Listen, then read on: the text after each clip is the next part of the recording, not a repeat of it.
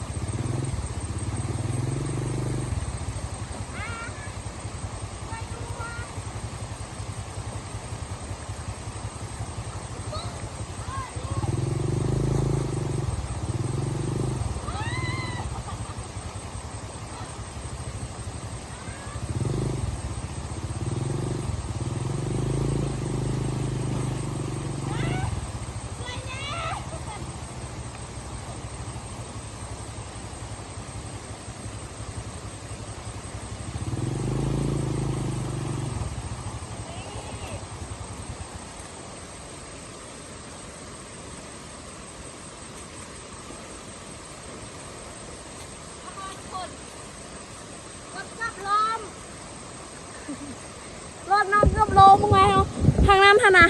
เอาไปยากแท้ยากว่าทุกคนขี้หินมันมืนท่านนะมันบุเลิกกระแทกแต่แบบขี้หินมันมืนท่านนะ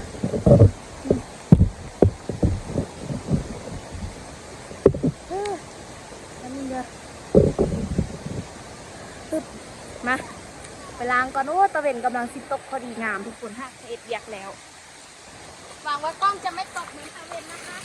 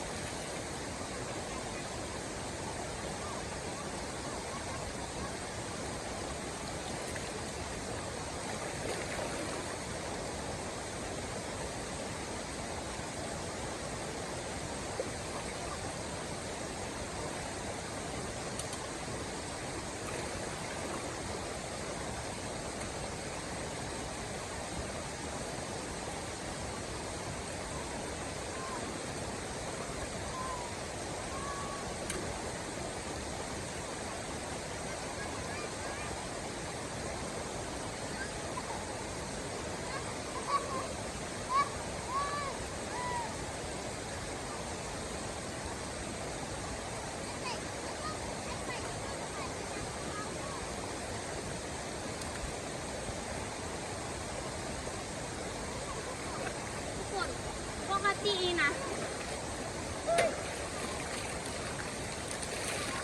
ปกติกิ๊กเสียวรถล้างอยู่เขื่อนปกติก็หาไปห้างกิ๊กว่ารถคือสีบสะอาดดีปันเลยเพราะว่าเวลาที่น้ำสารมันก็ได้เต็มที่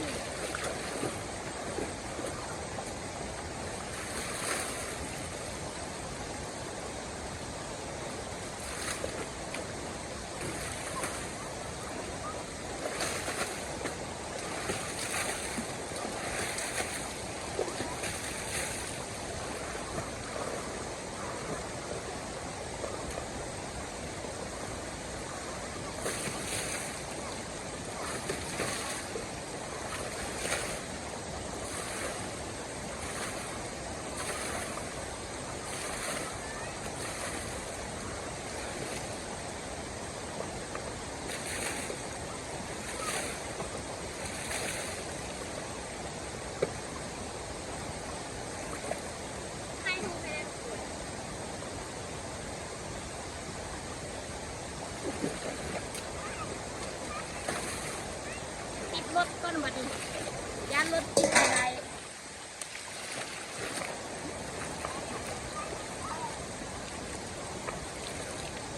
ยานติดรถอะไรยานเอารถออกพัดอะไรสัมผัสยานมันลม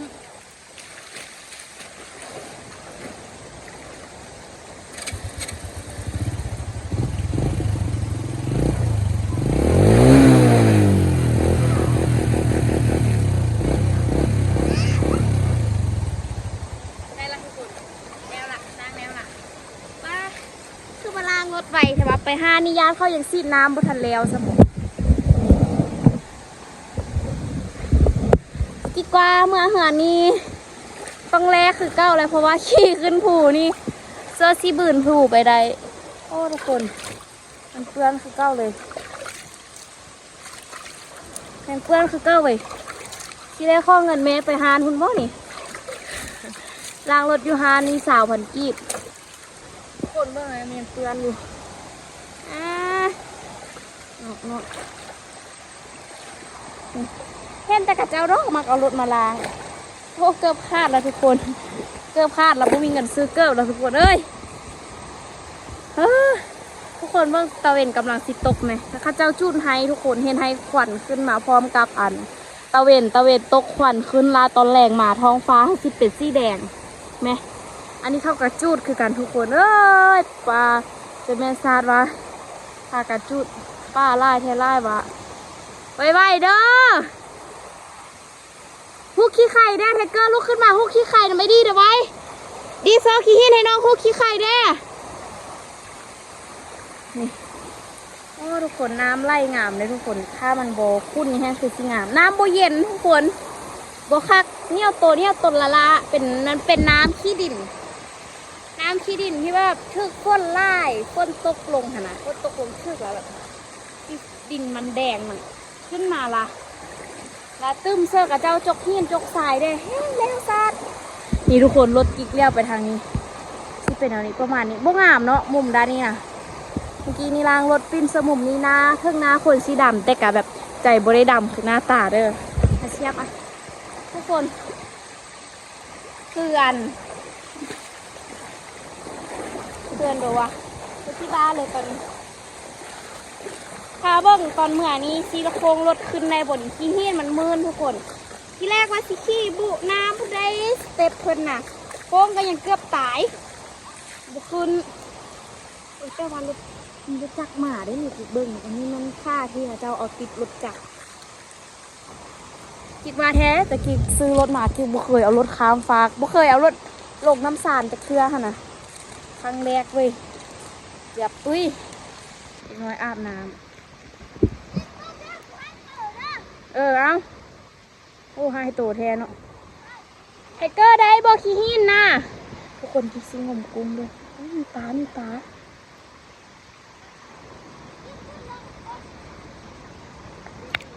โดยอุปลาอายอย่าไปเลิกลายทุกคนปลาทุกคนปลาทุกคนเห็นปลาบ่ยิงมันซ่องโตเลยเอาอีปิ่งไว้อยู่ข้างๆมันนี่อีปิ่งไว้ทุกคนเนี่ยเดี๋ยวทำไมมันเนี่ยกันลูกกาฟุกเลย ไปละตัวยังวะตอนกิ๊กยังน้อยให้ชีวิตกิ๊กก็อยู่ลำน้ำสานนี่แล้วทุกคนเบิดเด้อได้ลงเหียนปุ๊บนี่แหละว้าแล้วทุกคนมาลินน้ำสานนี่แล้วอู้ทุกคนปลาไล่แค่ไล่วะนี่ปลาอยู่นี่เด็กวันนี้นะปลาเราพุ่นละไล่แค่ว่าปลานี่ปลาในน้อยแค่ไหนอายอย่าไปเลิกไล่อายเอ้ยทุกคนปลาอีกแล้วนี่นะเมื่อกี้เห็นบ่โดยอายเอ้ยเมื่อยได้ทุกคนเดี๋ยวมีตัวเนี้ยวน้ำมันเดินตัวห้าเครื่องใหญ่อันนี้เมื่อนกุ้งหน้าเนาะซาคิโมะบักกะลาเมื่อนกุ้งจักร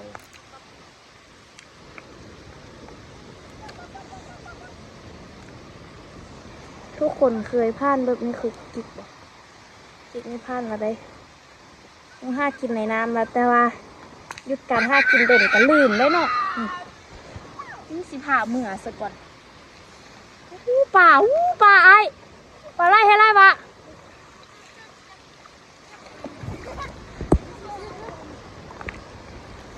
สั่งเบอร์ดี้นะสั่งมันสลืมทุกคนอุ่นปิ่งสีจับหัวหันขึ้นแน่เอ้าขึ้นแน่พอสีปิ่งสีจับหัวหันไอ้ที่ก็รถข้ามฟ้าก่อนยันจุกน้อยข้ามละน้อยข้ามอะไรสิบอกอีกเพราะว่ามาข้ามเถอะเอารถขึ้นฟังก่อนทุกคนเอาจอดแบบไล่บุดียาน้ำเขาจักโอ้ชีวิตของม้าหน่อยนี่เนาะทุกคนเปิดกิ๊กไปบ้านพ่อน้องกุ๊กกิ๊กนะกุ๊กกิ๊กไปลิ้นหลักกิ๊กเห็ดมักอย่างไทยใต้นะทุกคนมาซี่แบบส้มที่สุดเลยทุกคนเคยกินบ่มักอย่างส่วนน้องกุ๊กกิ๊กนี้ถ้ากินกับแจ่วนี่10 เต็ม 10ถ้ากินลานี่โนไอไม่เอานี่ยางน้ำเขาจักแล้วทุกคนโอ้น้ำพักน้ำแรงหนูรักรถคันนี้มากเลยเด้อโอ้มันบัวออกเว้ยเป็นขี้ต่มอยู่ไปได้ละรถขึ้นมานี่ทุกคนมาเบิ้งซีรอดหรือซีร่วงเบอร์ดี้โอ้ยอย่าไปไกลเลยมึงแม่อยู่พุ่นน่ะมึงแม่พุ่นน่ะไอ้บุญานบออยู่ผู้เดียวนะบุญานพี่บอสั่งมาเลยโหยากว่าเอารถเขาขึ้นแล้วเขาก็เหมือนปะเข้าไม่มีไงให้จะเริ่มต้นโอ้ทุกคนมุมงามแท้งามว่าทุกคนเบิ้งน้องกุ๊กกิ๊กสิลมบ่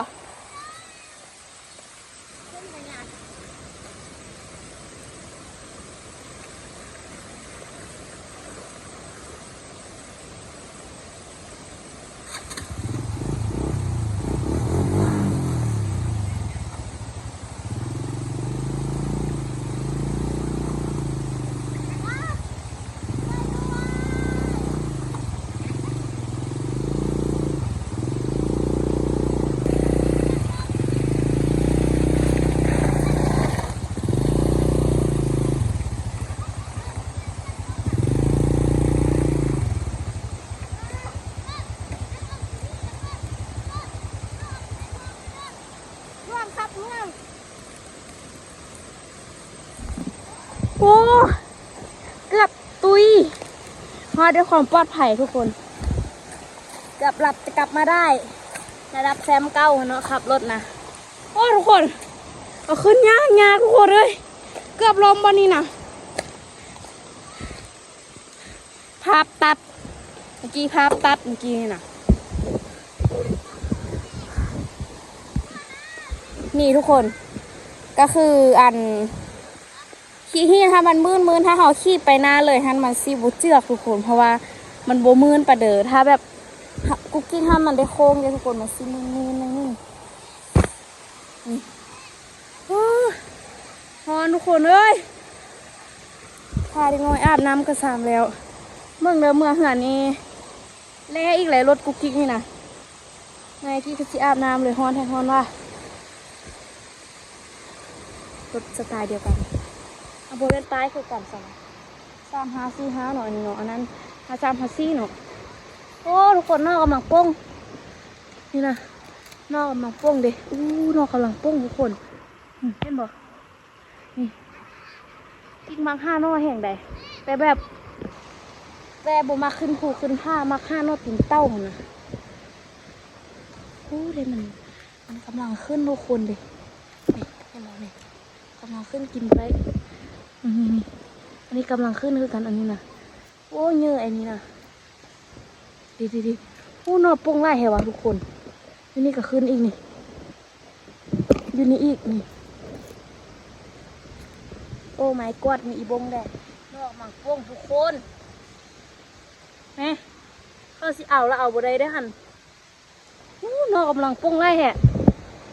ได้แล้ววะเพื่อได้นอดีเนี่ยเนาะยินดีนำนี่เป็นเกียรติหลายที่น้องเลยอกหักเป็นเกียรติทักที่เคยหักกันสุดหัวใจอุ้ยห้องเพลงเขาบอกเป็นแกยักห้องนี่ทุกคนบ้านเห็นเด็กน้อยออกมาลินอยู่แถวนี้ทุกคนเมื่อกี้นี่ตัดพาไปฝังเสื้อตัวเองปรากฏว่าผมพลาดยังห้องเพลงม้วนเกินมาดัดอยู่ตรงโลกวิ่งบ้านประจำทาเข้าอาบน้ำบัดนี้ทุกคนเอ้ยนี่น้องนี่มันไม่ได้ดีเลยเนาะมันเมื่อยตอนนี้เด็กๆกำลังพากันอาบน้ำอยู่ทุกคนบอกน้องเป็นเลิกเด้ออาจจะน้อยเดี๋ยวเรากำเมือทุกคนป้าทุกคนไปเจอเกินทองคุณฮอนวัวทองพี่ฮอนจะสิตายทุกคนเอาบางนาใช่ไหมการกินใส่ทรงข้างซ้ายข้างซ้ายในยังสิตายแล้วนี่นะฮอนเต้ฮอนว่าทำไมรู้สวยนี่แห้งฮอนทุกคนแล้ววันเข้าตอนแรงมาแล้วมันเอาแบบนี้นะทุกคนว่ามีลมเลยจักแม่แต่เน็ตเดียวเลยทุกคนแล้ววันนี้มันล้มแบบนี้นะลมมาสวยให้น้อยนึงทุกคนที่ทางบุส้มเดี๋ยวเข้าขวมอันเดิมเนาะลมน้ำรองกิ๊กนี่เนาะนี่เฮ้ยมี5 คนมาแง่เอาดินี่มีใครบอกเอาบ่มีเข้ามาเอาเมื่อกี้นี่เข้ามา5ก็มาเอา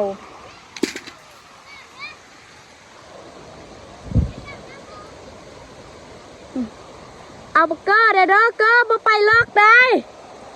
ยับมาน่ะเด็กน้อยอันนี้เยอะน้ำสารเลยทุกคนพวกอันนี้นะแต่เมื่อยขนาดอุ้ยมันก็จะจุดปลาจุดดงเลยจะแมนเนาะให้กับเจ้าบ่ตัวนั้นนะ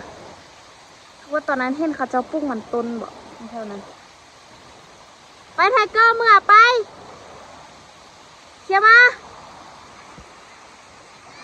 ลอยมา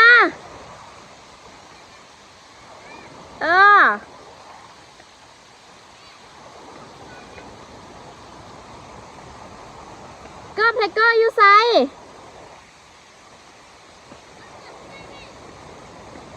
คุณมาละทุกคนเบอร์ค่ะเจ้าจูดป้าไหมทุกคนเข้ากำลังจูดตอนนั้นท่านผูเท่านี้นี่เขี้ยวแบบเขี้ยวปึ๊กเลยทุกคนบัดนี้มาละเป็นอันนี้เบิดละทุกคนเลยจูดเบิดละยังลอยไซเลยบัดนี้ตะเวนกับความสุดโต๊กดีเอ็นเมื่อกี้รถเกือบล้มเกือบหลับกลับมาได้นะคะ